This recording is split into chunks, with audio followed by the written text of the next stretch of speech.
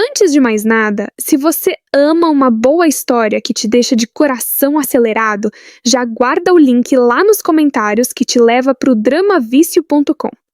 Mas fica comigo, porque esse vídeo começa com uma confissão que eu sei que você vai reconhecer.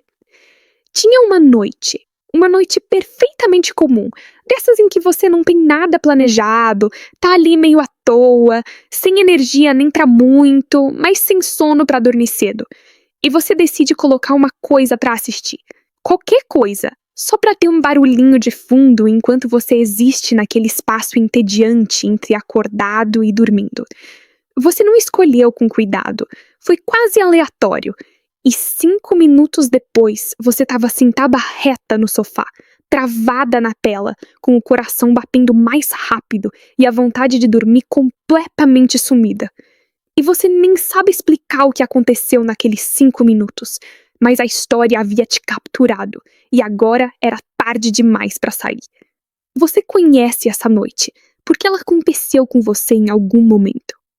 Pode ter sido numa série asiática, pode ter sido num drama curto de plataforma, pode ter sido em qualquer história que abriu uma porta que parecia pequena e você entrou sem perceber o quanto era fundo. E depois dessa noite, você não foi mais a mesma espectadora. Você aprendeu que histórias têm o poder de te sequestrar, e de um jeito que não só você tolera, mas que você busca de propósito. De hoje em diante, você vai procurando essa sensação, vai tentando replicar aquela noite. E hoje eu quero conversar com você sobre o que há por trás disso, sobre os mecanismos que fazem uma história te capturar, sobre os ingredientes que um drama precisa ter para que você perca a noção do tempo dentro dele, e sobre por que esse tipo de história especificamente se tornou a minha maior obsessão e o motivo pelo qual eu criei um cantinho só para elas. Vamos começar pelo óbvio, que raramente recebe o crédito que merece: o começo. Os primeiros minutos de uma história definem tudo. Não metaforicamente, literalmente. O tempo médio em que alguém decide se vai ficar ou não numa história é ridículo. Sono. E nesse segundo, a história precisa dar alguma coisa. Não necessariamente a informação mais importante, mas precisa gerar uma pergunta na sua cabeça. Uma pergunta que você vai querer ver respondida. Pode ser uma pergunta de trama. Quem é essa pessoa? O que ela fez? Por que está acontecendo isso? Pode ser uma pergunta emocional. Por que esse personagem está tão com medo? O que aconteceu para chegar aqui? Pode ser uma pergunta de julgamento. Ela vai conseguir? Vai dar certo? E pode ser a mais simples e a mais poderosa de todas. O que acontece agora? As histórias que geram uma boa pergunta nos primeiros minutos são as histórias em que você não consegue tirar o olho, porque seu cérebro não descansa enquanto há uma pergunta aberta que ele está esperando responder. É uma característica cognitiva real. Ficamos desconfortáveis com a incompletude. Lacunas na informação criam uma tensão que nos impulsiona a buscar o fechamento. Os bons roteiros sabem disso e constroem cada cena, cada episódio, cada temporada em volta de perguntas abertas e fechadas no timing certo. E esse timing é uma arte. Fechar uma pergunta cedo demais elimina a atenção.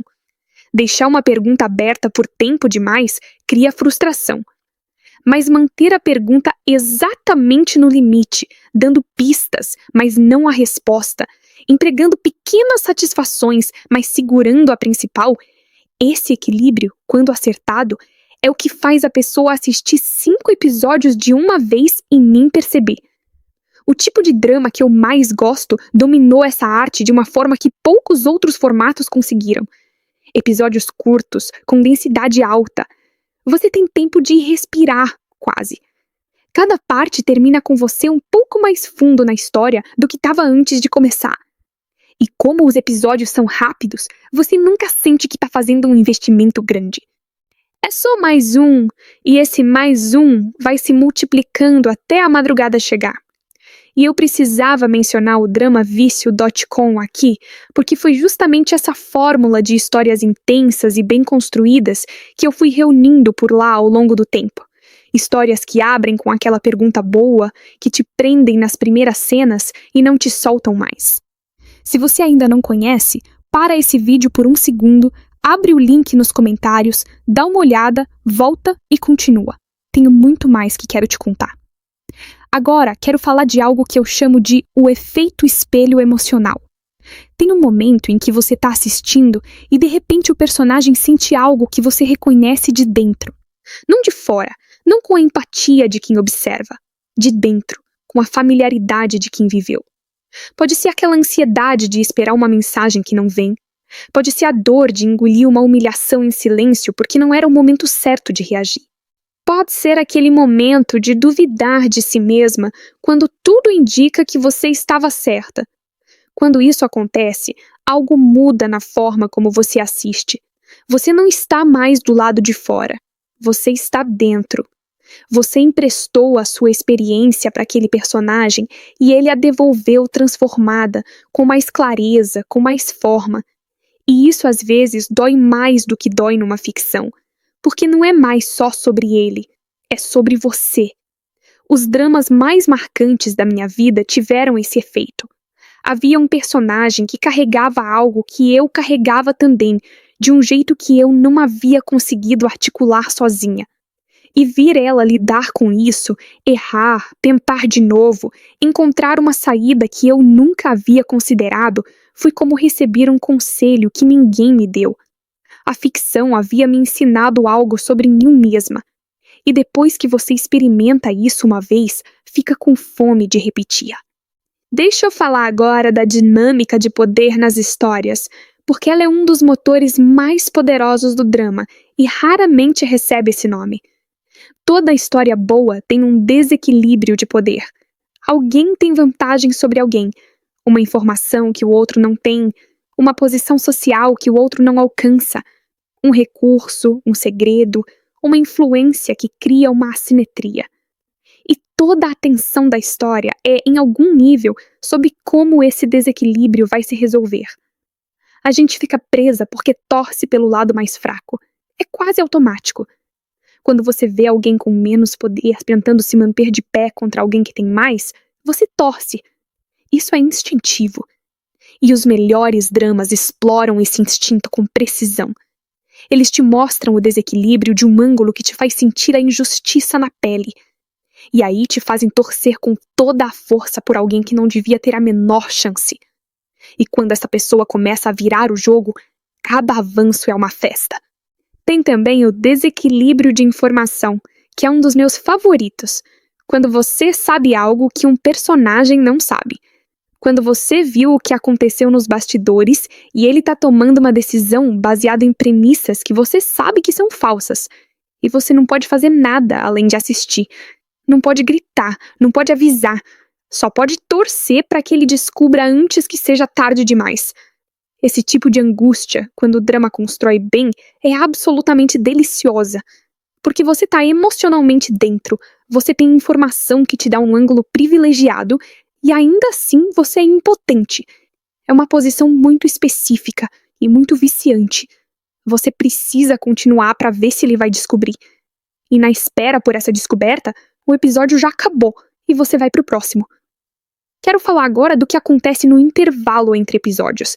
Aquele momento em que o próximo tá carregando e você fica ali, sozinha com seus pensamentos por 5 segundos. Tem história que usa esse intervalo para fazer você criar teorias. Você vai pra cozinha pegar água e no caminho tá pensando no que pode acontecer. Você já tá discutindo consigo mesma os possíveis desdobramentos. E quando o próximo episódio começa, você tá com uma expectativa formada. E aí, a história tem 2 caminhos. Confirmar o que você esperava ou te surpreender. Confirmar é satisfatório, quando você havia percebido algo que a história estava construindo e agora esse algo se concretizou. É a satisfação de ter lido bem, de ter prestado atenção. É quase uma vitória colaborativa entre você e o roteirista. Surpreender é melhor ainda, quando a surpresa é justa. Quando você olha para trás e percebe que as pistas estavam lá, você é que não havia conectado. Uma revelação injusta, que parece inventada sem preparação anterior, é frustrante. Mas uma revelação que foi plantada silenciosamente durante episódios, de um jeito que só faz sentido quando acontece, essa é a mais satisfatória de todas. É um truque de mágica perfeito. Você sabia que havia um truque. Você procurou o truque. Não encontrou. E quando o véu caiu, você ficou encantada, não enganada. Eu poderia falar da arte da revelação por horas, mas deixa eu ir para algo mais visceral, que é a violência emocional de uma cena de traição. Porque nenhuma cena parte o coração tão eficientemente. Traição é uma das experiências humanas mais dolorosas que existem, e quando uma história te leva a uma cena assim, com um investimento emocional construído ao longo de episódios, a dor é proporcional ao quanto você se importou. A traição pode ser do amor, da confiança, da lealdade. Pode ser praticada pelo personagem que você mais amava, ou pelo que mais confiava. E o melhor das histórias que trabalham isso bem é que elas raramente simplificam. O traidor não é um monstro sem motivo. Há uma razão. Às vezes uma razão que você quase entende. Às vezes uma razão que te faz colocar em questão o próprio julgamento que você tinha da situação toda. E essa complexidade, essa recusa em pintar em preto e branco, é o que torna a traição numa boa história tão difícil de digerir e tão impossível de esquecer. Depois da traição, a gente espera a confrontação. Quer ver um momento em que a pessoa traída sabe de tudo. E esse momento, quando bem filmado, quando bem escrito, pode ser a melhor cena de uma série inteira. Porque há tanto acumulado ali, tanto que a personagem engoliu sem saber o que estava engolindo. E quando a verdade vem à tona, é um vulcão. A reação autêntica de alguém que foi ferido de verdade, representada com honestidade, é poderosa de um jeito que te deixa sem ar. Quero fazer uma pausa e te dizer uma coisa que eu demorei para verbalizar, mas que é central para entender minha relação com esse tipo de história e por que o drama vício existe. Eu consumia esse tipo de drama por anos de forma dispersa, sem organização, e o processo de encontrar coisas boas era exaustivo. A maior parte do que eu tentava era decepcionante, e sempre que eu encontrava algo que tinha aquela pegada, aquele suco, eu queria guardar e compartilhar. Com o tempo, esse acúmulo virou um acervo, e esse acervo virou o drama vício. Um lugar feito por alguém que ama esse tipo de história e quer que quem chega lá encontre já o que é bom, sem garimpar no escuro. Se você é do tipo que perde mais tempo procurando do que assistindo, entra no dramavicio.com. O link tá nos comentários e me conta depois o que você escolheu. Voltando, eu quero falar de algo que raramente recebe atenção: o silêncio nas histórias. Os melhores dramas sabem usar o silêncio. Não a ausência de diálogo, mas a pausa deliberada em que dois personagens se olham e tudo está dito sem que nenhuma palavra seja pronunciada. Nessas pausas, a gente sente. A gente preenche o espaço vazio com tudo que sabe sobre aqueles dois, com toda a história que construíram juntos, e o silêncio vira denso de significado. É nesses momentos silenciosos que eu mais me derrito. Quando dois personagens que passaram episódios inteiros se desviando, finalmente param, olham um para o outro e não tem mais para onde escapar. E o silêncio entre eles diz tudo. A gente fica com o coração na garganta esperando quem vai falar primeiro, ou esperando que ninguém fale, que eles simplesmente deixem aquele momento existir, sem precisar de palavra nenhuma. A gente vive num mundo barulhento que não para de falar, de explicar, de justificar. Ver dois personagens que não precisam explicar nada porque se conhecem o suficiente para que o silêncio baste é reconfortante num nível quase filosófico. É a promessa de uma conexão que vai além do que se diz. E eu quero chegar perto do fim falando de algo que me acompanha sempre. Por que a gente volta para esse tipo de história mesmo depois de ter sido destruída por ela? Você termina uma série que te arrasou emocionalmente, você fica dias pensando nela, você processa aquilo como quem processa algo que realmente viveu. E então, quando a poeira baixa, o que você faz? Vai procurar a próxima. É quase irracional. Você sabe que pode se machucar de novo. Você sabe que tem risco de perder outra noite de sono, de ficar de mau humor por um dia inteiro porque um personagem tomou uma decisão horrível. E mesmo assim, você busca. E eu acho que a resposta é que a gente não volta apesar da intensidade. A gente volta por causa da intensidade. Porque a alternativa, sentir menos, ver coisas que não mexem com nada, é uma forma de entorpecimento que a gente instintivamente rejeita. Nós somos animais que precisam sentir. Que ficam desequilibrados quando ficam tempo demais sem nada que os sacuda. E quando uma boa história sacode, quando faz o coração acelerar e os olhos umedecerem e a cabeça ficar cheia, estamos de alguma forma mais vivos. Esse é o vício que ninguém precisa largar. Esse é o vício que não precisa de desintoxicação, porque ele nos alimenta de algo que é profundamente necessário, que é a experiência emocional vivida com segurança, dentro de uma história que nos envolve e nos devolve depois um pouco mais completos. E esse entendimento foi o que me fez montar o Drama Vício com tanto cuidado. Não só um catálogo, um cantinho feito por alguém que entende esse vício porque o vive, que sabe o que torna uma história inesquecível e que quer te poupar o trabalho de encontrar, para que o máximo do seu tempo seja usado no que importa, dentro de uma história boa. Então, se você chegou aqui comigo até o fim, obrigada. E agora vai, gramavicio.com. O link está fixado. Encontre a sua próxima noite perdida, esperando por você. dramavicio.com. O lugar das histórias que não deixam você dormir. Antes de mais nada, se você ama uma boa história que te deixa de coração acelerado, já guarda o link lá nos comentários que te leva para o dramavicio.com. Mas fica comigo, porque esse vídeo começa com uma confissão que eu sei que você vai reconhecer. Tinha uma noite perfeitamente comum, dessas em que você não tem nada planejado, tá ali meio à toa, sem energia nem pra muito, mas sem sono pra dormir cedo. E você decide colocar uma coisa pra assistir. Qualquer coisa, só pra ter um barulhinho de fundo enquanto você existe naquele espaço entediante entre acordado e dormindo. Você não escolheu com cuidado, foi quase aleatório. E 5 minutos depois, você estava sentada reta no sofá, travada na tela, com o coração batendo mais rápido e a vontade de dormir completamente sumida. E você nem sabe explicar o que aconteceu naqueles 5 minutos, mas a história havia te capturado, e agora era tarde demais para sair. Você conhece essa noite, porque ela aconteceu com você em algum momento. Pode ter sido numa série asiática, pode ter sido num drama curto de plataforma, pode ter sido em qualquer história que abriu uma porta que parecia pequena e você entrou sem perceber o quanto era fundo. E depois dessa noite, você não foi mais a mesma espectadora. Você aprendeu que histórias têm o poder de te sequestrar, e de um jeito que não só você tolera, mas que você busca de propósito. De hoje em diante, você vai procurando essa sensação, vai tentando replicar aquela noite.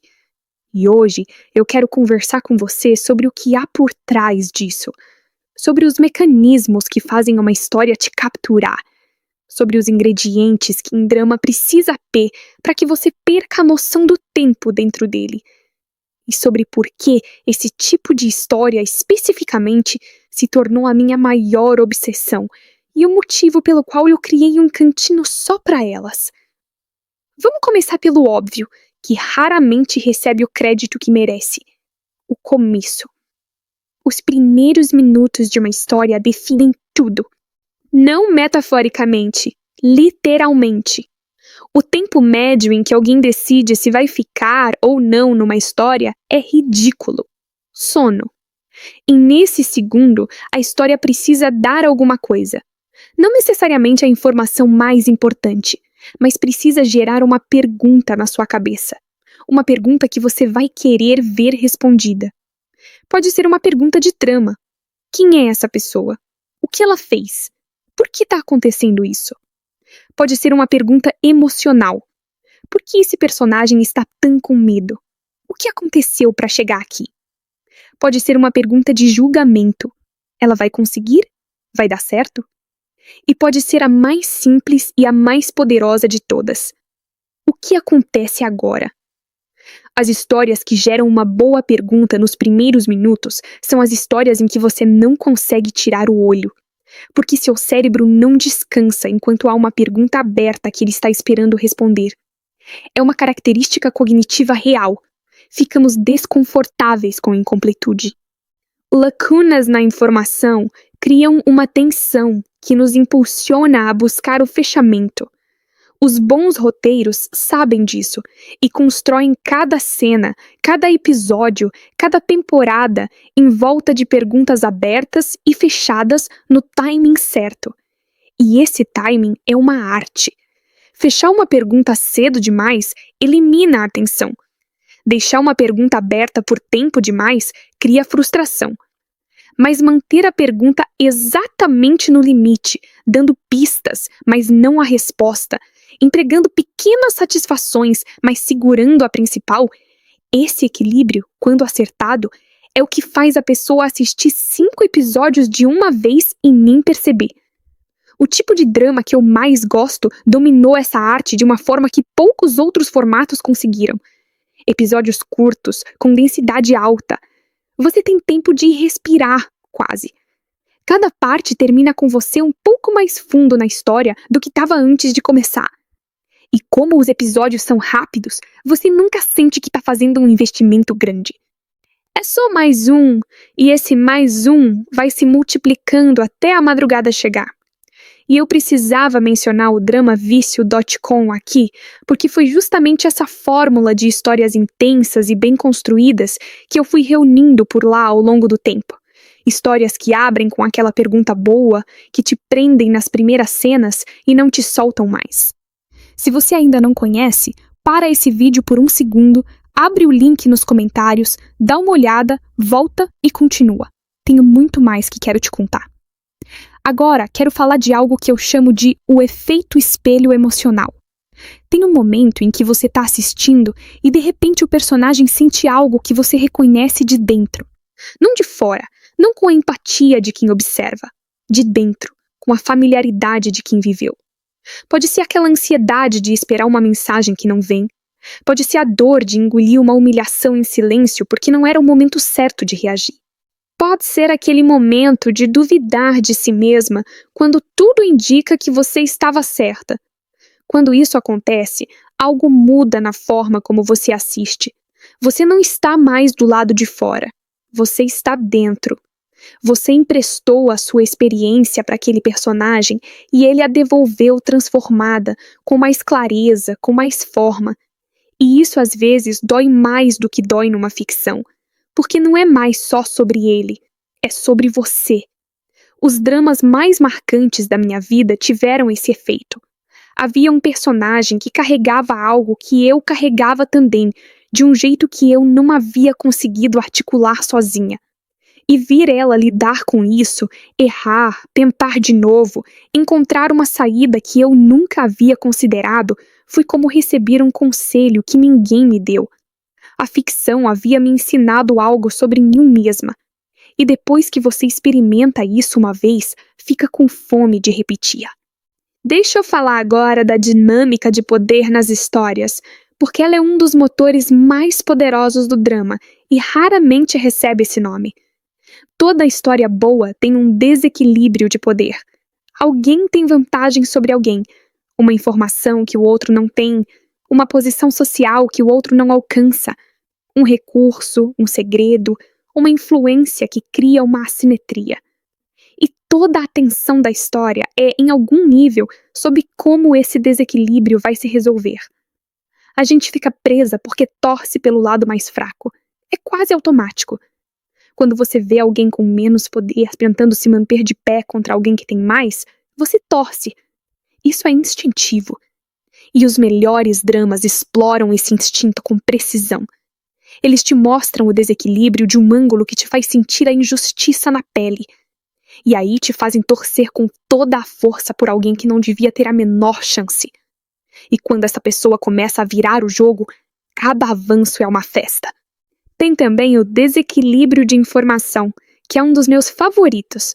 Quando você sabe algo que um personagem não sabe. Quando você viu o que aconteceu nos bastidores e ele tá tomando uma decisão baseada em premissas que você sabe que são falsas. E você não pode fazer nada além de assistir. Não pode gritar, não pode avisar. Só pode torcer para que ele descubra antes que seja tarde demais. Esse tipo de angústia, quando o drama constrói bem, é absolutamente deliciosa. Porque você tá emocionalmente dentro, você tem informação que te dá um ângulo privilegiado e ainda assim você é impotente. É uma posição muito específica e muito viciante. Você precisa continuar para ver se ele vai descobrir. E na espera por essa descoberta, o episódio já acabou e você vai pro próximo. Quero falar agora do que acontece no intervalo entre episódios. Aquele momento em que o próximo tá carregando e você fica ali, sozinha com seus pensamentos por 5 segundos. Tem história que usa esse intervalo para fazer você criar teorias. Você vai pra cozinha pegar água e no caminho tá pensando no que pode acontecer. Você já tá discutindo consigo mesma os possíveis desdobramentos. E quando o próximo episódio começa, você tá com uma expectativa formada. E aí, a história tem 2 caminhos: confirmar o que você esperava ou te surpreender. Confirmar é satisfatório, quando você havia percebido algo que a história estava construindo e agora esse algo se concretizou. É a satisfação de ter lido bem, de ter prestado atenção. É quase uma vitória colaborativa entre você e o roteirista. Surpreender é melhor ainda, quando a surpresa é justa.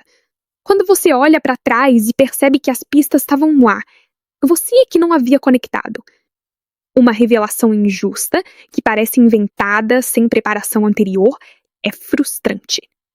Mas uma revelação que foi plantada silenciosamente durante episódios, de um jeito que só faz sentido quando acontece, essa é a mais satisfatória de todas. É um truque de mágica perfeito. Você sabia que havia um truque. Você procurou o truque. Não encontrou. E quando o véu caiu, você ficou encantada, não enganada. Eu poderia falar da arte da revelação por horas, mas deixa eu ir para algo mais visceral, que é a violência emocional de uma cena de traição. Porque nenhuma cena parte o coração tão eficientemente. Traição é uma das experiências humanas mais dolorosas que existem, e quando uma história te leva a uma cena assim, com um investimento emocional construído ao longo de episódios, a dor é proporcional ao quanto você se importou. A traição pode ser do amor, da confiança, da lealdade. Pode ser praticada pelo personagem que você mais amava, ou pelo que mais confiava. E o melhor das histórias que trabalham isso bem é que elas raramente simplificam. O traidor não é um monstro sem motivo. Há uma razão. Às vezes uma razão que você quase entende. Às vezes uma razão que te faz colocar em questão o próprio julgamento que você tinha da situação toda. E essa complexidade, essa recusa em pintar em preto e branco, é o que torna a traição numa boa história tão difícil de digerir e tão impossível de esquecer. Depois da traição, a gente espera a confrontação. Quer ver um momento em que a pessoa traída sabe de tudo. E esse momento, quando bem filmado, quando bem escrito, pode ser a melhor cena de uma série inteira. Porque há tanto acumulado ali, tanto que a personagem engoliu sem saber o que estava engolindo. E quando a verdade vem à tona, é um vulcão. A reação autêntica de alguém que foi ferido de verdade, representada com honestidade, é poderosa de um jeito que te deixa sem ar. Quero fazer uma pausa e te dizer uma coisa que eu demorei para verbalizar, mas que é central para entender minha relação com esse tipo de história e por que o drama vício existe. Eu consumia esse tipo de drama por anos de forma dispersa, sem organização, e o processo de encontrar coisas boas era exaustivo. A maior parte do que eu tentava era decepcionante, e sempre que eu encontrava algo que tinha aquela pegada, aquele suco, eu queria guardar e compartilhar. Com o tempo, esse acúmulo virou um acervo, e esse acervo virou o drama vício. Um lugar feito por alguém que ama esse tipo de história e quer que quem chega lá encontre já o que é bom, sem garimpar no escuro. Se você é do tipo que perde mais tempo procurando do que assistindo, entra no dramavicio.com. O O link tá nos comentários. E me conta depois o que você escolheu. Voltando, eu quero falar de algo que raramente recebe atenção: o silêncio nas histórias. Os melhores dramas sabem usar o silêncio. Não a ausência de diálogo, mas a pausa deliberada em que dois personagens se olham e tudo está dito sem que nenhuma palavra seja pronunciada. Nessas pausas, a gente sente. A gente preenche o espaço vazio com tudo que sabe sobre aqueles dois, com toda a história que construíram juntos, e o silêncio vira denso de significado. É nesses momentos silenciosos que eu mais me derrito. Quando dois personagens que passaram episódios inteiros se desviando, finalmente param, olham um para o outro e não tem mais para onde escapar. E o silêncio entre eles diz tudo. A gente fica com o coração na garganta esperando quem vai falar primeiro, ou esperando que ninguém fale, que eles simplesmente deixem aquele momento existir, sem precisar de palavra nenhuma. A gente vive num mundo barulhento que não para de falar, de explicar, de justificar. Ver dois personagens que não precisam explicar nada porque se conhecem o suficiente para que o silêncio baste é reconfortante num nível quase filosófico. É a promessa de uma conexão que vai além do que se diz. E eu quero chegar perto do fim falando de algo que me acompanha sempre. Por que a gente volta para esse tipo de história, mesmo depois de ter sido destruída por ela? Você termina uma série que te arrasou emocionalmente, você fica dias pensando nela. Você processa aquilo como quem processa algo que realmente viveu. E então, quando a poeira baixa, o que você faz? Vai procurar a próxima. É quase irracional. Você sabe que pode se machucar de novo. Você sabe que tem risco de perder outra noite de sono, de ficar de mau humor por um dia inteiro porque um personagem tomou uma decisão horrível. E mesmo assim, você vai, você busca.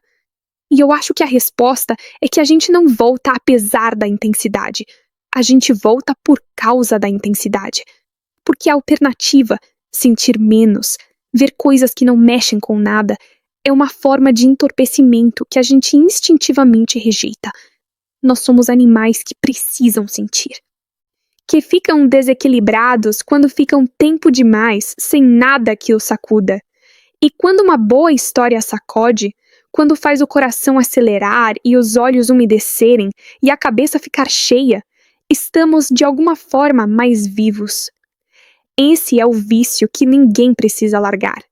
Esse é o vício que não precisa de desintoxicação, porque ele nos alimenta de algo que é profundamente necessário, que é a experiência emocional vivida com segurança, dentro de uma história que nos envolve e nos devolve depois um pouco mais completos.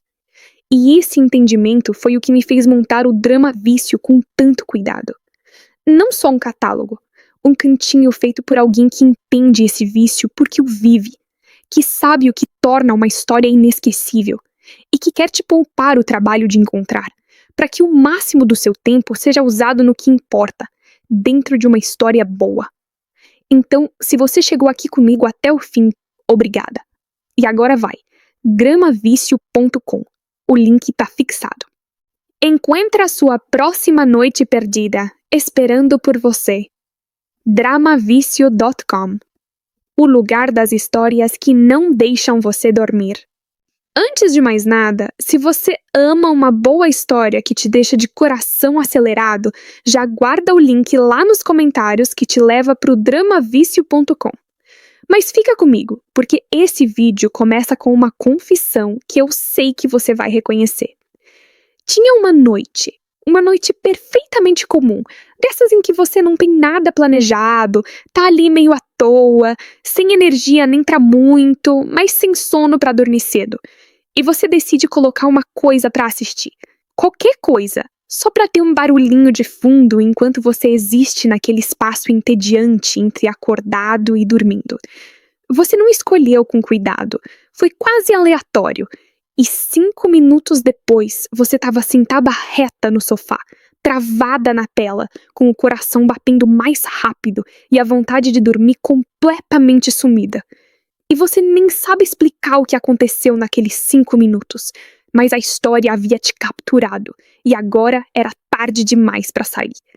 Você conhece essa noite, porque ela aconteceu com você em algum momento. Pode ter sido numa série asiática, pode ter sido num drama curto de plataforma, pode ter sido em qualquer história que abriu uma porta que parecia pequena e você entrou sem perceber o quanto era fundo. E depois dessa noite, você não foi mais a mesma espectadora. Você aprendeu que histórias têm o poder de te sequestrar, e de um jeito que não só você tolera, mas que você busca de propósito. De hoje em diante, você vai procurando essa sensação, vai tentando replicar aquela noite. E hoje eu quero conversar com você sobre o que há por trás disso, sobre os mecanismos que fazem uma história te capturar, sobre os ingredientes que um drama precisa ter para que você perca a noção do tempo dentro dele, e sobre por que esse tipo de história especificamente se tornou a minha maior obsessão e o motivo pelo qual eu criei um cantinho só para elas. Vamos começar pelo óbvio, que raramente recebe o crédito que merece: o começo. Os primeiros minutos de uma história definem tudo. Não metaforicamente, literalmente. O tempo médio em que alguém decide se vai ficar ou não numa história é ridículo. Sono. E nesse segundo, a história precisa dar alguma coisa. Não necessariamente a informação mais importante, mas precisa gerar uma pergunta na sua cabeça. Uma pergunta que você vai querer ver respondida. Pode ser uma pergunta de trama. Quem é essa pessoa? O que ela fez? Por que está acontecendo isso? Pode ser uma pergunta emocional. Por que esse personagem está tão com medo? O que aconteceu para chegar aqui? Pode ser uma pergunta de julgamento. Ela vai conseguir? Vai dar certo? E pode ser a mais simples e a mais poderosa de todas. O que acontece agora? As histórias que geram uma boa pergunta nos primeiros minutos são as histórias em que você não consegue tirar o olho, porque seu cérebro não descansa enquanto há uma pergunta aberta que ele está esperando responder. É uma característica cognitiva real. Ficamos desconfortáveis com a incompletude. Lacunas na informação criam uma tensão que nos impulsiona a buscar o fechamento. Os bons roteiros sabem disso e constroem cada cena, cada episódio, cada temporada em volta de perguntas abertas e fechadas no timing certo. E esse timing é uma arte. Fechar uma pergunta cedo demais elimina a atenção. Deixar uma pergunta aberta por tempo demais cria frustração. Mas manter a pergunta exatamente no limite, dando pistas, mas não a resposta, entregando pequenas satisfações, mas segurando a principal, esse equilíbrio, quando acertado, é o que faz a pessoa assistir 5 episódios de uma vez e nem perceber. O tipo de drama que eu mais gosto dominou essa arte de uma forma que poucos outros formatos conseguiram. Episódios curtos, com densidade alta. Você tem tempo de respirar, quase. Cada parte termina com você um pouco mais fundo na história do que estava antes de começar. E como os episódios são rápidos, você nunca sente que está fazendo um investimento grande. É só mais um, e esse mais um vai se multiplicando até a madrugada chegar. E eu precisava mencionar o dramavicio.com aqui, porque foi justamente essa fórmula de histórias intensas e bem construídas que eu fui reunindo por lá ao longo do tempo. Histórias que abrem com aquela pergunta boa, que te prendem nas primeiras cenas e não te soltam mais. Se você ainda não conhece, para esse vídeo por um segundo, abre o link nos comentários, dá uma olhada, volta e continua. Tenho muito mais que quero te contar. Agora, quero falar de algo que eu chamo de o efeito espelho emocional. Tem um momento em que você está assistindo e de repente o personagem sente algo que você reconhece de dentro. Não de fora, não com a empatia de quem observa. De dentro, com a familiaridade de quem viveu. Pode ser aquela ansiedade de esperar uma mensagem que não vem. Pode ser a dor de engolir uma humilhação em silêncio porque não era o momento certo de reagir. Pode ser aquele momento de duvidar de si mesma quando tudo indica que você estava certa. Quando isso acontece, algo muda na forma como você assiste. Você não está mais do lado de fora. Você está dentro. Você emprestou a sua experiência para aquele personagem e ele a devolveu transformada, com mais clareza, com mais forma. E isso às vezes dói mais do que dói numa ficção, porque não é mais só sobre ele, é sobre você. Os dramas mais marcantes da minha vida tiveram esse efeito. Havia um personagem que carregava algo que eu carregava também, de um jeito que eu não havia conseguido articular sozinha. E vir ela lidar com isso, errar, tentar de novo, encontrar uma saída que eu nunca havia considerado, foi como receber um conselho que ninguém me deu. A ficção havia me ensinado algo sobre mim mesma. E depois que você experimenta isso uma vez, fica com fome de repetir. Deixa eu falar agora da dinâmica de poder nas histórias, porque ela é um dos motores mais poderosos do drama e raramente recebe esse nome. Toda história boa tem um desequilíbrio de poder. Alguém tem vantagem sobre alguém, uma informação que o outro não tem, uma posição social que o outro não alcança, um recurso, um segredo, uma influência que cria uma assimetria. E toda a atenção da história é, em algum nível, sobre como esse desequilíbrio vai se resolver. A gente fica presa porque torce pelo lado mais fraco. É quase automático. Quando você vê alguém com menos poder tentando se manter de pé contra alguém que tem mais, você torce. Isso é instintivo. E os melhores dramas exploram esse instinto com precisão. Eles te mostram o desequilíbrio de um ângulo que te faz sentir a injustiça na pele. E aí te fazem torcer com toda a força por alguém que não devia ter a menor chance. E quando essa pessoa começa a virar o jogo, cada avanço é uma festa. Tem também o desequilíbrio de informação, que é um dos meus favoritos. Quando você sabe algo que um personagem não sabe. Quando você viu o que aconteceu nos bastidores e ele tá tomando uma decisão baseada em premissas que você sabe que são falsas. E você não pode fazer nada além de assistir. Não pode gritar, não pode avisar. Só pode torcer para que ele descubra antes que seja tarde demais. Esse tipo de angústia, quando o drama constrói bem, é absolutamente deliciosa. Porque você está emocionalmente dentro, você tem informação que te dá um ângulo privilegiado e ainda assim você é impotente. É uma posição muito específica e muito viciante. Você precisa continuar para ver se ele vai descobrir. E na espera por essa descoberta, o episódio já acabou e você vai pro próximo. Quero falar agora do que acontece no intervalo entre episódios. Aquele momento em que o próximo tá carregando e você fica ali, sozinha com seus pensamentos por 5 segundos. Tem história que usa esse intervalo para fazer você criar teorias. Você vai pra cozinha pegar água e no caminho tá pensando no que pode acontecer. Você já tá discutindo consigo mesma os possíveis desdobramentos. E quando o próximo episódio começa, você tá com uma expectativa formada. E aí, a história tem 2 caminhos. Confirmar o que você esperava ou te surpreender. Confirmar é satisfatório quando você havia percebido algo que a história estava construindo e agora esse algo se concretizou. É a satisfação de ter lido bem, de ter prestado atenção. É quase uma vitória colaborativa entre você e o roteirista. Surpreender é melhor ainda, quando a surpresa é justa. Quando você olha para trás e percebe que as pistas estavam lá, você é que não havia conectado. Uma revelação injusta, que parece inventada sem preparação anterior, é frustrante. Mas uma revelação que foi plantada silenciosamente durante episódios, de um jeito que só faz sentido quando acontece, essa é a mais satisfatória de todas.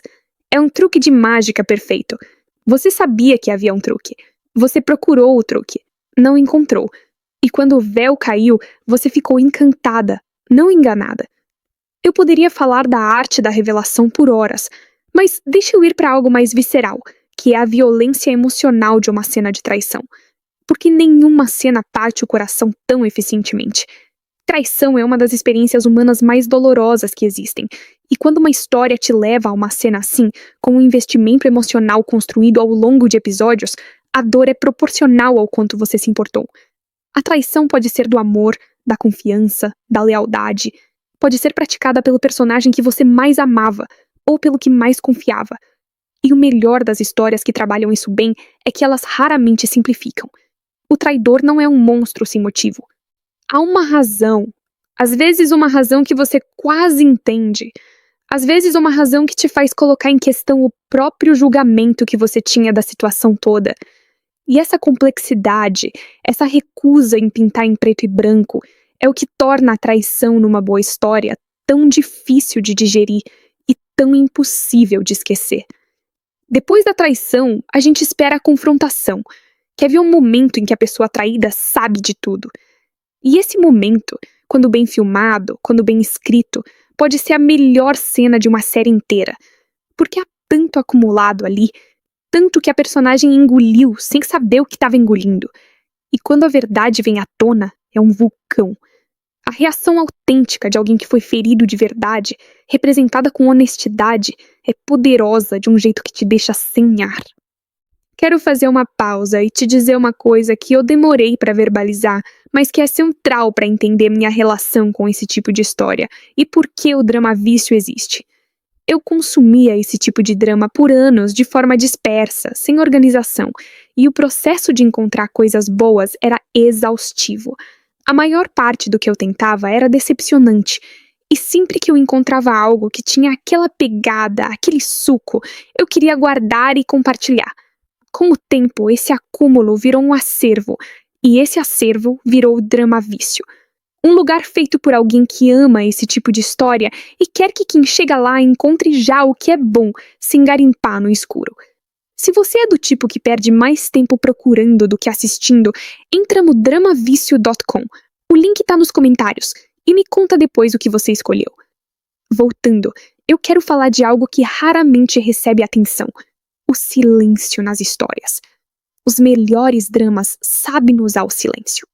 Não a ausência de diálogo, mas a pausa deliberada em que dois personagens se olham e tudo está dito sem que nenhuma palavra seja pronunciada.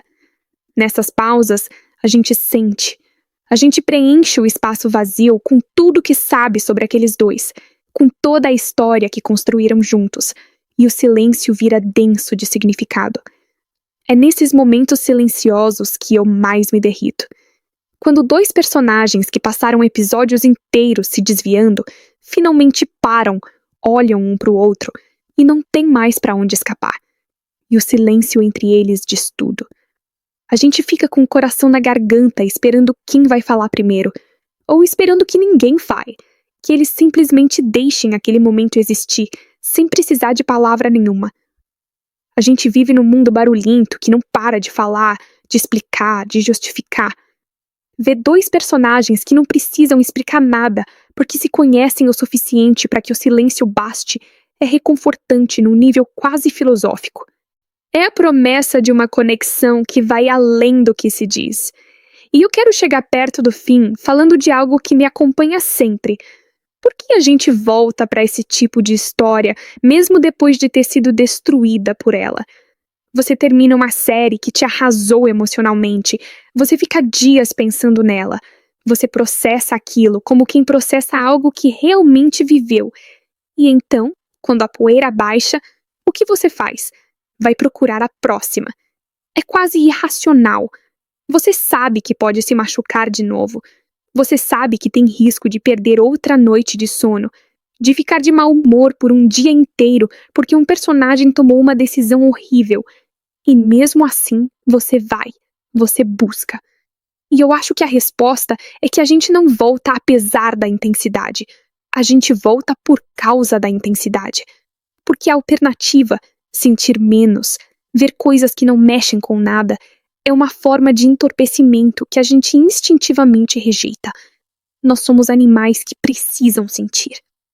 Que ficam desequilibrados quando ficam tempo demais sem nada que os sacuda.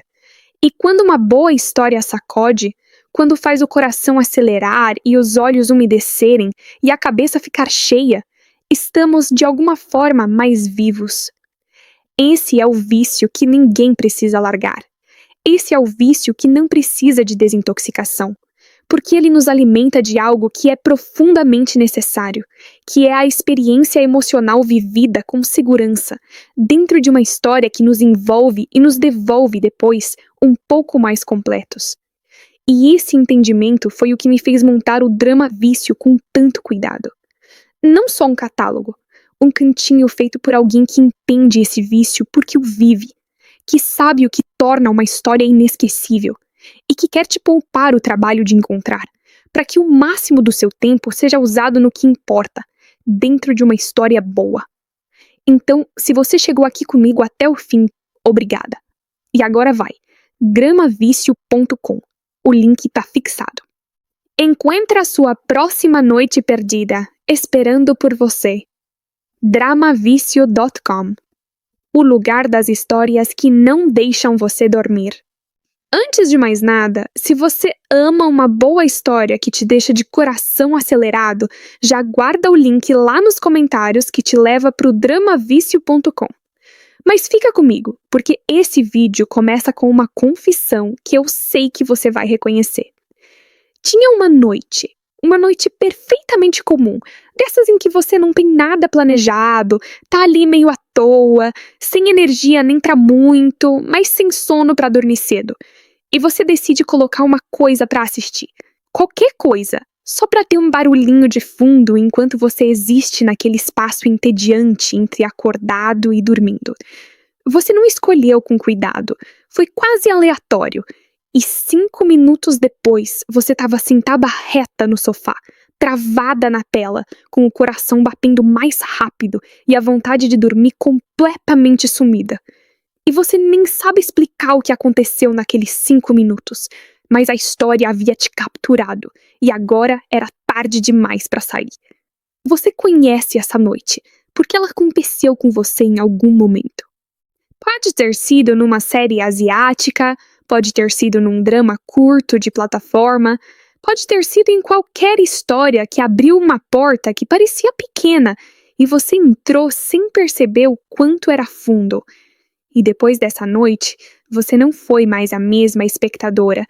Você aprendeu que histórias têm o poder de te sequestrar, e de um jeito que não só você tolera, mas que você busca de propósito.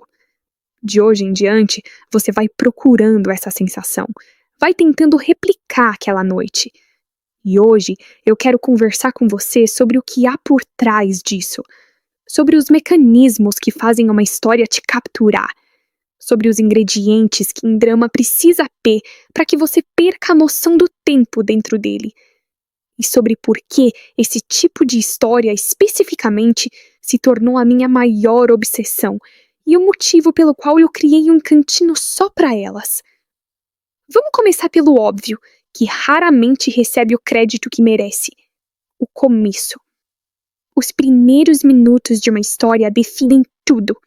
Não metaforicamente, literalmente. O tempo médio em que alguém decide se vai ficar ou não numa história é ridículo. Sono.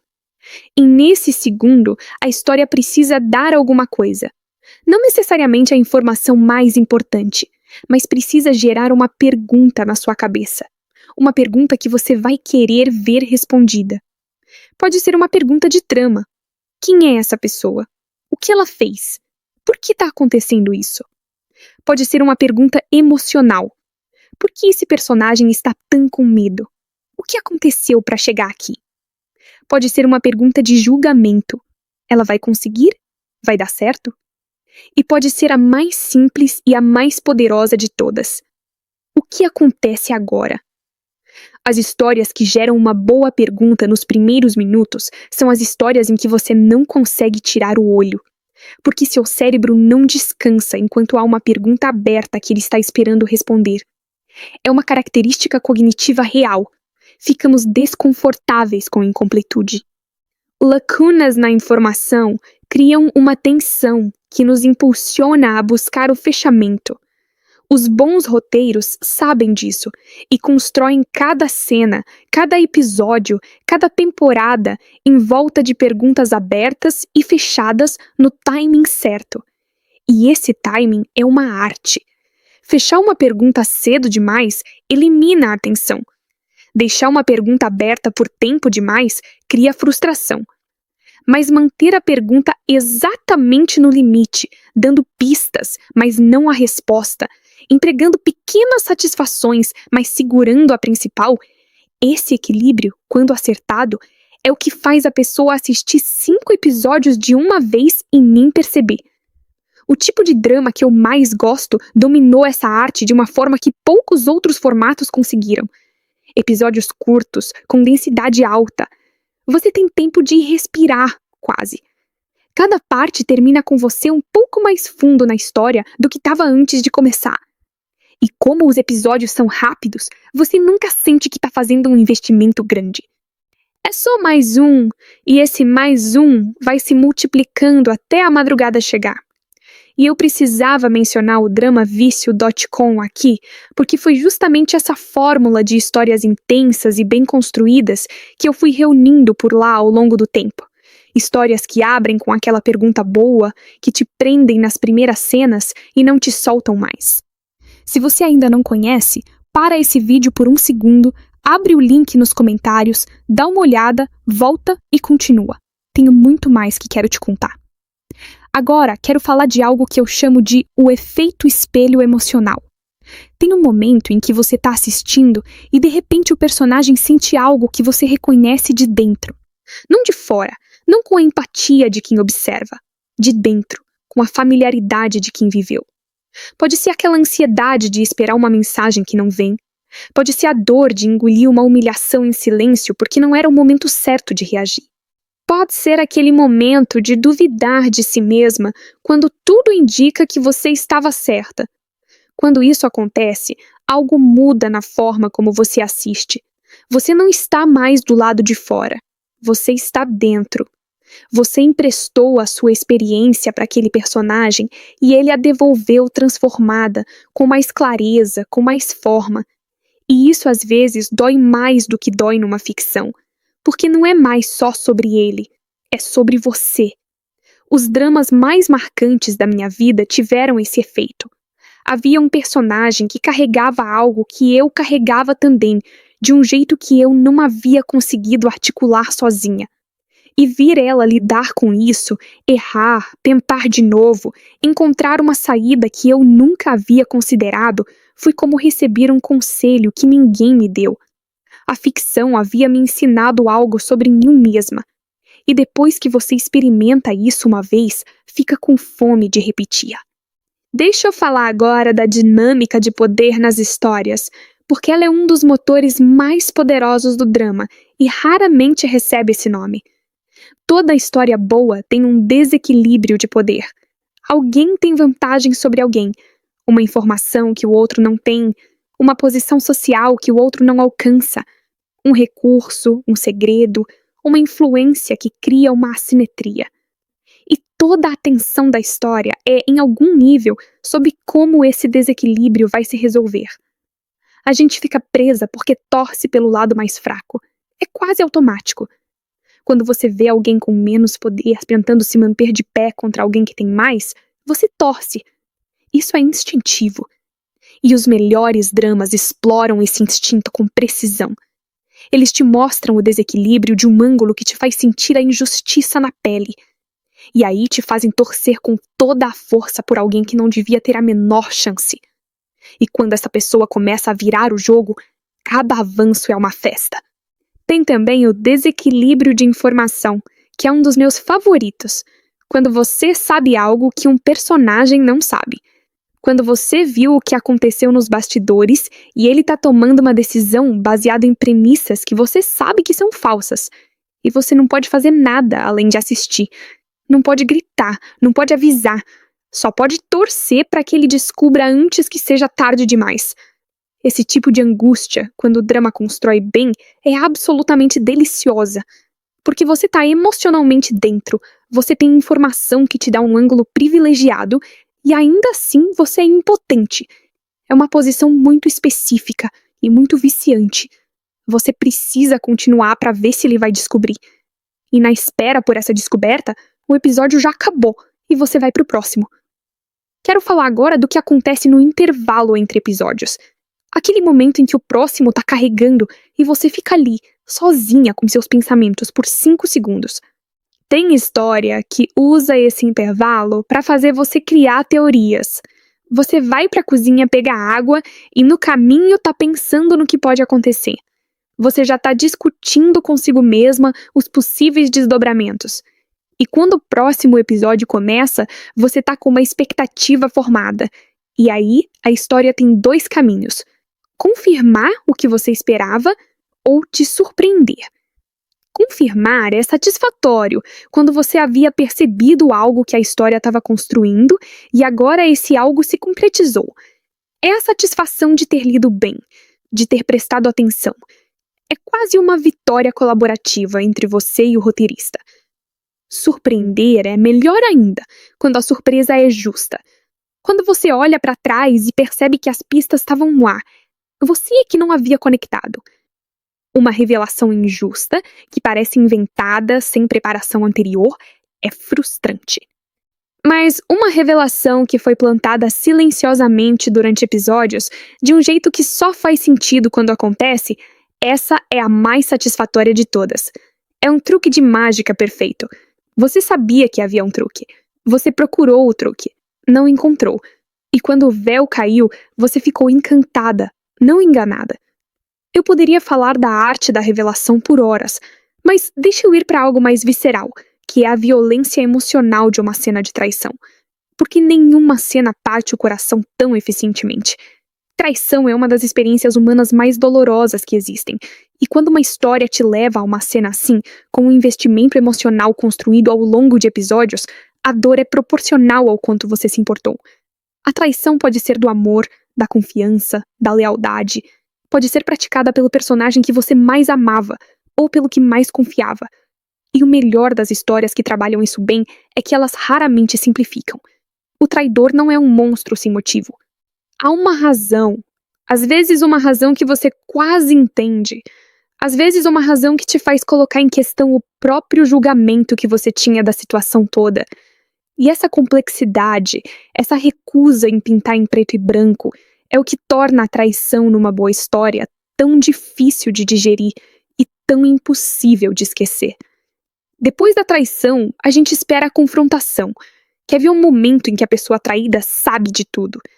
E esse momento, quando bem filmado, quando bem escrito, pode ser a melhor cena de uma série inteira, porque há tanto acumulado ali, tanto que a personagem engoliu sem saber o que estava engolindo. E quando a verdade vem à tona, é um vulcão. A reação autêntica de alguém que foi ferido de verdade, representada com honestidade, é poderosa de um jeito que te deixa sem ar. Quero fazer uma pausa e te dizer uma coisa que eu demorei para verbalizar, mas que é central para entender minha relação com esse tipo de história e por que o drama vício existe. Eu consumia esse tipo de drama por anos de forma dispersa, sem organização, e o processo de encontrar coisas boas era exaustivo.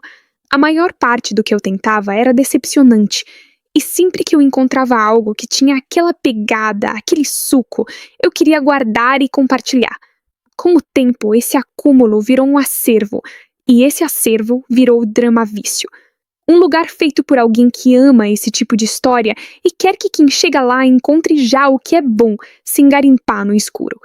Se você é do tipo que perde mais tempo procurando do que assistindo, entra no dramavicio.com. O link tá nos comentários e me conta depois o que você escolheu. Voltando, eu quero falar de algo que raramente recebe atenção: o silêncio nas histórias. Os melhores dramas sabem usar o silêncio. Não a ausência de diálogo, mas a pausa deliberada em que 2 personagens se olham e tudo está dito sem que nenhuma palavra seja pronunciada. Nessas pausas, a gente sente. A gente preenche o espaço vazio com tudo que sabe sobre aqueles 2, com toda a história que construíram juntos, e o silêncio vira denso de significado. É nesses momentos silenciosos que eu mais me derrito. Quando 2 personagens que passaram episódios inteiros se desviando, finalmente param, olham um para o outro e não tem mais para onde escapar. E o silêncio entre eles diz tudo. A gente fica com o coração na garganta esperando quem vai falar primeiro, ou esperando que ninguém fale, que eles simplesmente deixem aquele momento existir, sem precisar de palavra nenhuma. A gente vive num mundo barulhento que não para de falar, de explicar, de justificar. Ver dois personagens que não precisam explicar nada porque se conhecem o suficiente para que o silêncio baste é reconfortante num nível quase filosófico. É a promessa de uma conexão que vai além do que se diz.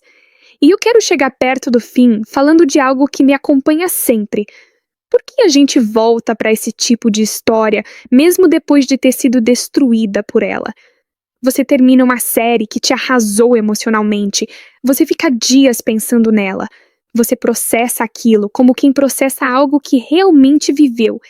E então, quando a poeira baixa, o que você faz? Vai procurar a próxima. É quase irracional. Você sabe que pode se machucar de novo. Você sabe que tem risco de perder outra noite de sono, de ficar de mau humor por um dia inteiro porque um personagem tomou uma decisão horrível. E mesmo assim, você vai, você busca. E eu acho que a resposta é que a gente não volta apesar da intensidade. A gente volta por causa da intensidade. Porque a alternativa, sentir menos, ver coisas que não mexem com nada, é uma forma de entorpecimento que a gente instintivamente rejeita. Nós somos animais que precisam sentir. Que ficam desequilibrados quando ficam tempo demais sem nada que os sacuda. E quando uma boa história sacode, quando faz o coração acelerar e os olhos umedecerem e a cabeça ficar cheia, estamos de alguma forma mais vivos. Esse é o vício que ninguém precisa largar. Esse é o vício que não precisa de desintoxicação, porque ele nos alimenta de algo que é profundamente necessário, que é a experiência emocional vivida com segurança, dentro de uma história que nos envolve e nos devolve depois um pouco mais completos. E esse entendimento foi o que me fez montar o Drama Vício com tanto cuidado. Não só um catálogo, um cantinho feito por alguém que entende esse vício porque o vive, que sabe o que torna uma história inesquecível e que quer te poupar o trabalho de encontrar, para que o máximo do seu tempo seja usado no que importa, dentro de uma história boa. Então, se você chegou aqui comigo até o fim, obrigada. E agora vai, gramavicio.com. O link está fixado. Encontre a sua próxima noite perdida, esperando por você. dramavicio.com. O lugar das histórias que não deixam você dormir. Antes de mais nada, se você ama uma boa história que te deixa de coração acelerado, já guarda o link lá nos comentários que te leva para o dramavicio.com. Mas fica comigo, porque esse vídeo começa com uma confissão que eu sei que você vai reconhecer. Tinha uma noite perfeitamente comum, dessas em que você não tem nada planejado, tá ali meio à toa, sem energia nem pra muito, mas sem sono pra dormir cedo. E você decide colocar uma coisa pra assistir. Qualquer coisa, só pra ter um barulhinho de fundo enquanto você existe naquele espaço entediante entre acordado e dormindo. Você não escolheu com cuidado, foi quase aleatório. E 5 minutos depois, você estava sentada reta no sofá, travada na tela, com o coração batendo mais rápido e a vontade de dormir completamente sumida. E você nem sabe explicar o que aconteceu naqueles 5 minutos, mas a história havia te capturado, e agora era tarde demais para sair. Você conhece essa noite, porque ela aconteceu com você em algum momento. Pode ter sido numa série asiática, pode ter sido num drama curto de plataforma, pode ter sido em qualquer história que abriu uma porta que parecia pequena e você entrou sem perceber o quanto era fundo. E depois dessa noite, você não foi mais a mesma espectadora. Você aprendeu que histórias têm o poder de te sequestrar, e de um jeito que não só você tolera, mas que você busca de propósito. De hoje em diante, você vai procurando essa sensação, vai tentando replicar aquela noite. E hoje eu quero conversar com você sobre o que há por trás disso, sobre os mecanismos que fazem uma história te capturar, sobre os ingredientes que um drama precisa ter para que você perca a noção do tempo dentro dele.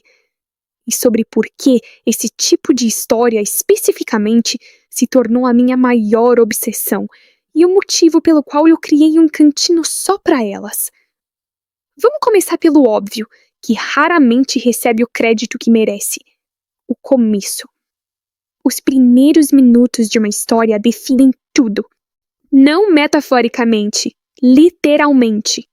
O tempo médio em que alguém decide se vai ficar ou não numa história é ridículo. Sono. E nesse segundo, a história precisa dar alguma coisa. Não necessariamente a informação mais importante, mas precisa gerar uma pergunta na sua cabeça. Uma pergunta que você vai querer ver respondida. Pode ser uma pergunta de trama. Quem é essa pessoa? O que ela fez? Por que está acontecendo isso? Pode ser uma pergunta emocional. Por que esse personagem está tão com medo? O que aconteceu para chegar aqui? Pode ser uma pergunta de julgamento. Ela vai conseguir? Vai dar certo? E pode ser a mais simples e a mais poderosa de todas. O que acontece agora? As histórias que geram uma boa pergunta nos primeiros minutos são as histórias em que você não consegue tirar o olho, porque seu cérebro não descansa enquanto há uma pergunta aberta que ele está esperando responder. É uma característica cognitiva real. Ficamos desconfortáveis com a incompletude. Lacunas na informação criam uma tensão que nos impulsiona a buscar o fechamento. Os bons roteiros sabem disso e constroem cada cena, cada episódio, cada temporada em volta de perguntas abertas e fechadas no timing certo. E esse timing é uma arte. Fechar uma pergunta cedo demais elimina a atenção.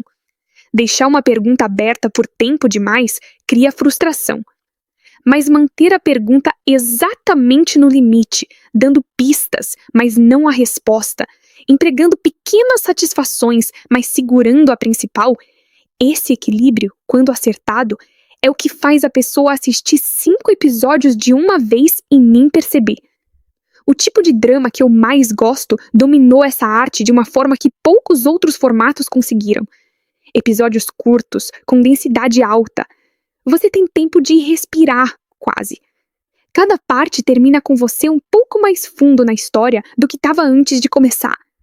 E como os episódios são rápidos, você nunca sente que está fazendo um investimento grande.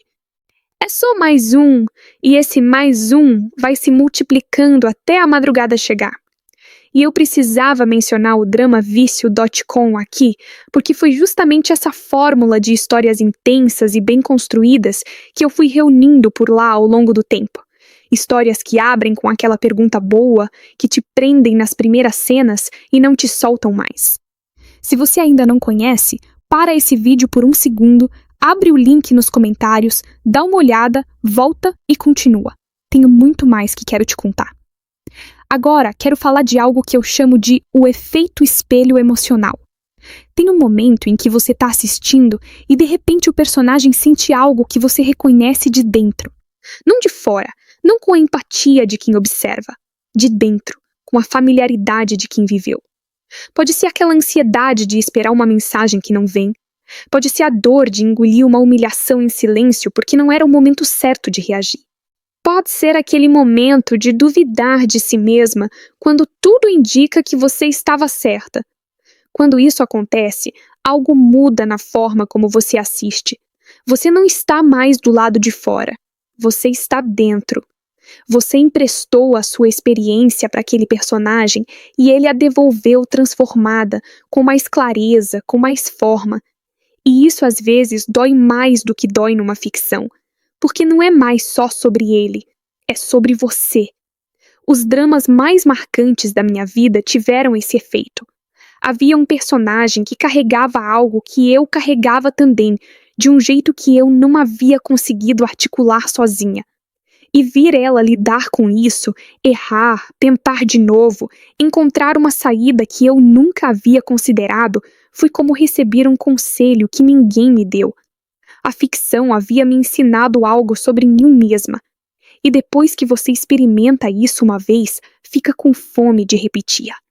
Deixa eu falar agora da dinâmica de poder nas histórias, porque ela é um dos motores mais poderosos do drama e raramente recebe esse nome. Toda história boa tem um desequilíbrio de poder. Alguém tem vantagem sobre alguém, uma informação que o outro não tem, uma posição social que o outro não alcança, um recurso, um segredo, uma influência que cria uma assimetria. E toda a atenção da história é, em algum nível, sobre como esse desequilíbrio vai se resolver. A gente fica presa porque torce pelo lado mais fraco. É quase automático. Quando você vê alguém com menos poder tentando se manter de pé contra alguém que tem mais, você torce. Isso é instintivo. E os melhores dramas exploram esse instinto com precisão. Eles te mostram o desequilíbrio de um ângulo que te faz sentir a injustiça na pele. E aí te fazem torcer com toda a força por alguém que não devia ter a menor chance. E quando essa pessoa começa a virar o jogo, cada avanço é uma festa. Tem também o desequilíbrio de informação, que é um dos meus favoritos. Quando você sabe algo que um personagem não sabe.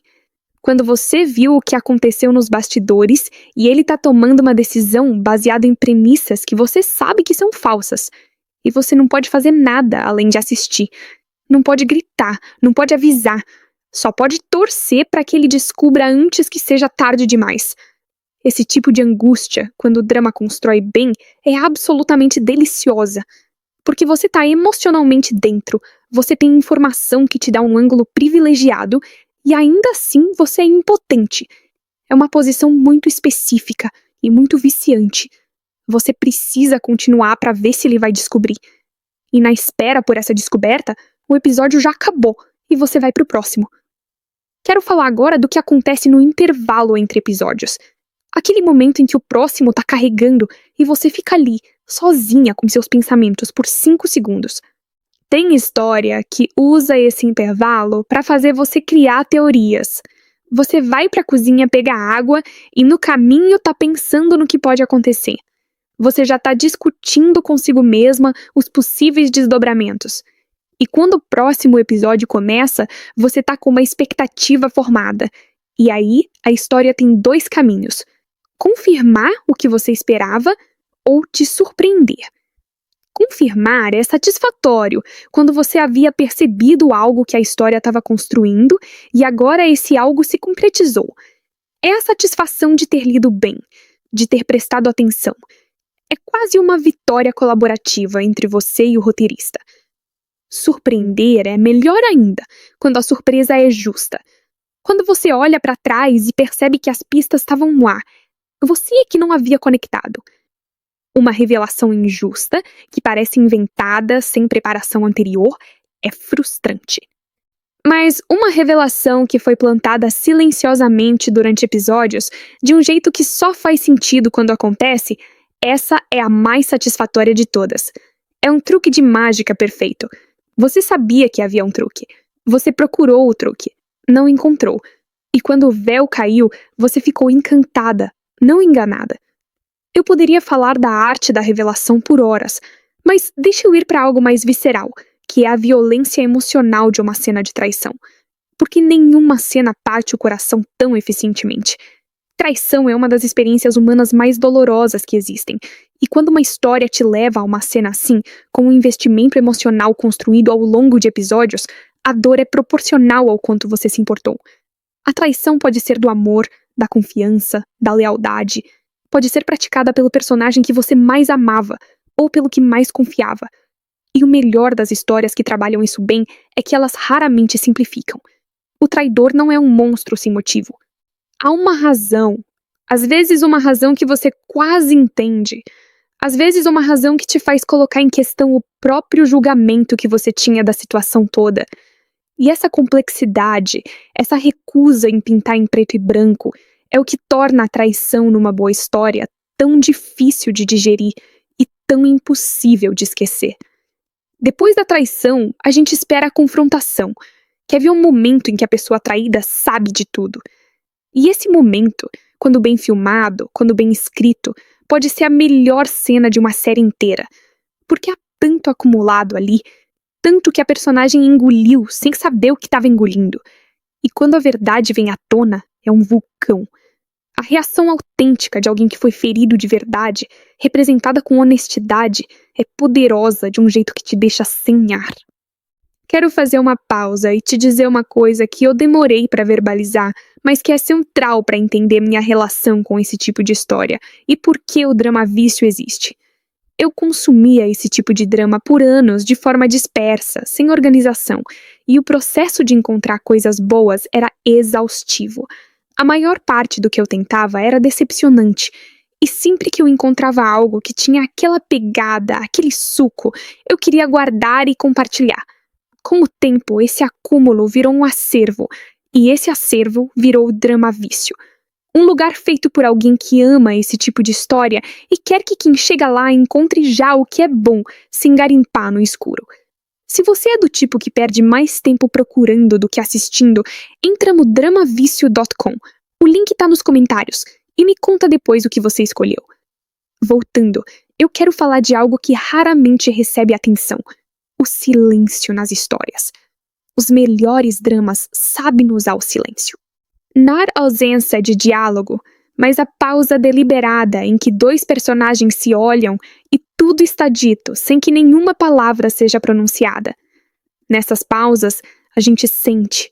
A gente preenche o espaço vazio com tudo que sabe sobre aqueles dois, com toda a história que construíram juntos, e o silêncio vira denso de significado. É nesses momentos silenciosos que eu mais me derrito.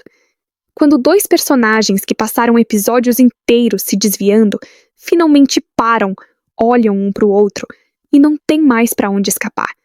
E o silêncio entre eles diz tudo. A gente fica com o coração na garganta esperando quem vai falar primeiro, ou esperando que ninguém fale, que eles simplesmente deixem aquele momento existir, sem precisar de palavra nenhuma. A gente vive num mundo barulhento que não para de falar, de explicar, de justificar. Ver dois personagens que não precisam explicar nada porque se conhecem o suficiente para que o silêncio baste é reconfortante num nível quase filosófico. É a promessa de uma conexão que vai além do que se diz. E eu quero chegar perto do fim falando de algo que me acompanha sempre. Por que a gente volta para esse tipo de história mesmo depois de ter sido destruída por ela? Você termina uma série que te arrasou emocionalmente, você fica dias pensando nela, você processa aquilo como quem processa algo que realmente viveu. E então, quando a poeira baixa, o que você faz? Vai procurar a próxima. É quase irracional. Você sabe que pode se machucar de novo. Você sabe que tem risco de perder outra noite de sono, de ficar de mau humor por um dia inteiro porque um personagem tomou uma decisão horrível. E mesmo assim, você vai, você busca. E eu acho que a resposta é que a gente não volta apesar da intensidade. A gente volta por causa da intensidade. Porque a alternativa, sentir menos, ver coisas que não mexem com nada, é uma forma de entorpecimento que a gente instintivamente rejeita. Nós somos animais que precisam sentir. Que ficam desequilibrados quando ficam tempo demais sem nada que os sacuda. E quando uma boa história sacode, quando faz o coração acelerar e os olhos umedecerem e a cabeça ficar cheia, estamos de alguma forma mais vivos. Esse é o vício que ninguém precisa largar. Esse é o vício que não precisa de desintoxicação, porque ele nos alimenta de algo que é profundamente necessário, que é a experiência emocional vivida com segurança, dentro de uma história que nos envolve e nos devolve depois um pouco mais completos. E esse entendimento foi o que me fez montar o Drama Vício com tanto cuidado. Não só um catálogo, um cantinho feito por alguém que entende esse vício porque o vive, que sabe o que torna uma história inesquecível e que quer te poupar o trabalho de encontrar, para que o máximo do seu tempo seja usado no que importa, dentro de uma história boa. Então, se você chegou aqui comigo até o fim, obrigada. E agora vai, dramavicio.com. O link tá fixado. Encontre a sua próxima noite perdida, esperando por você. dramavicio.com. O lugar das histórias que não deixam você dormir.